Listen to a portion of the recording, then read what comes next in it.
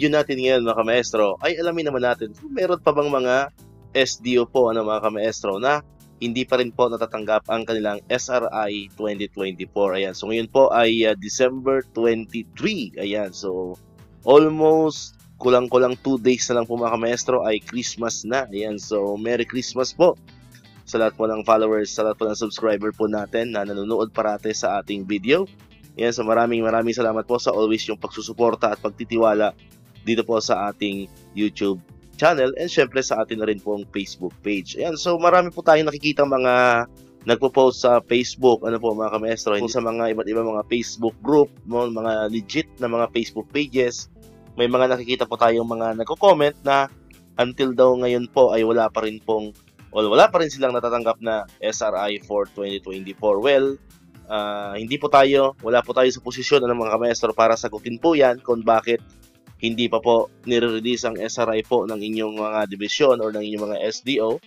Pero isa po sa mga pwedeng maging dahilan kasi dyan is yung availability of fund. Ayan mga kamaestro, no? Baka hindi pa nor wala pang available na fund kaya hindi pa agad-agad na i-release po ng inyong mga disbursement officer, ano po, yung mga personnel po na in charge sa releasing po ng SRI po ninyo sa inyong kanya-kanyang division. Alright? So, yun sa pwedeng maging dahilan or factor kung bakit until now ay wala pa rin pong SRI na natatanggap po ang inyong SDO. Ano po mga kamaestro? Ayan. So, antay-antay po siguro tayo. Actually, parang bukas meron pa naman pasok mga kamaestro. So, yung mga hindi na makakatanggap ngayong hapon, ngayong araw, December 23, malay po ninyo, baka bukas ay may habol po yan mga kamaestro. Ayan. So, hindi rin natin masisisi kasi yung ibang mga kamaestro natin dyan na nagtatanong, yung iba nga naiinis na, mga kamaestro, yung iba naiinis na, yung iba nagagalit na, bakit daw ang tagal.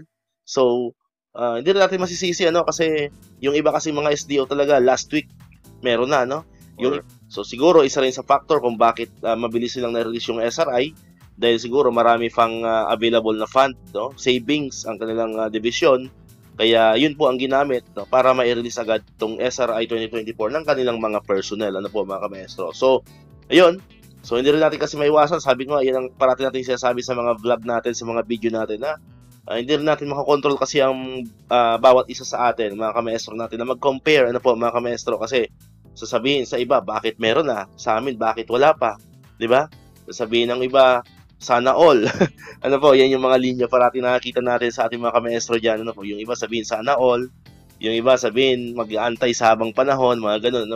So, medyo natatawa tayo pero syempre, hindi natin maitatanggi na kaisa rin natin sila, mga kamaestro, yung mga nagsasabi ng ganyan. Kasi nga syempre, kailangan natin ng SRI 2024 lalo pag ngayon magpapasko po, mga kamaestro. So, hindi natin masisisi ang bawat isa.